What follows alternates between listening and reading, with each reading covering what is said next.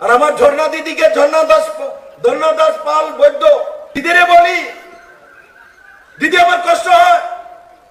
আপনার স্বামী শ্রীরাম পালকে নির্মম ভাবে হত্যা করা হয়েছে। 14 জনকে কমিউনিস্ট নেতাকে এই বিচ্ছিন্ন মনুতে শহীদ মিনার বানিয়েছে মানিক বাবুরা। সেখানে প্রতি বছর 14 অক্টোবর না 12 অক্টোবর যায়, সেখানে গিয়ে শহীদ দিবস পালন করে।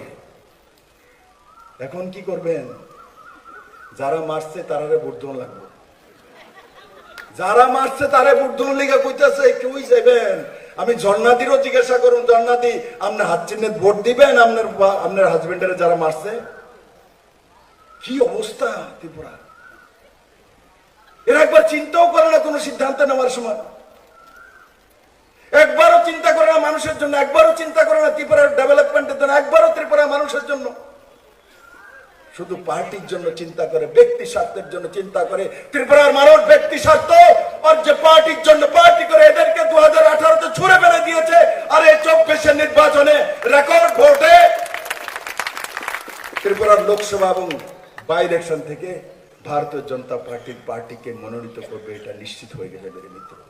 মানে মানিকদা তাদের এই অবৈধ জোটকে মানে না। দেখি না তাদের হিম্মত হলে ওনাকে দিয়ে একটা বক্তব্য দেওয়ার জন্য রামনগরে। দেখি আসুক। আমি তো বলছি, সাংবাদিকরা দেখছেন তো, যে মানিক দা এসে বসুক, বলো যে হাত চিহ্নিতে ভোট দেওয়ার জন্য। এই সিনটা আমার তুলতে হবে। 4 বারের মুখ্যমন্ত্রী, 25 বছরের টানা সরকার, সিপিএম এর সেক্রেটারি, তাবার নেতা, দুনিয়ার মধ্যে স্বর্ণযুগ এনেছে। এখন বলবে শেষ বয়সে 75 বছর বয়সে হবে হাত চিহ্নিতে ভোট দেবো? জীবনও বলবে না, জীবনও বলবে না।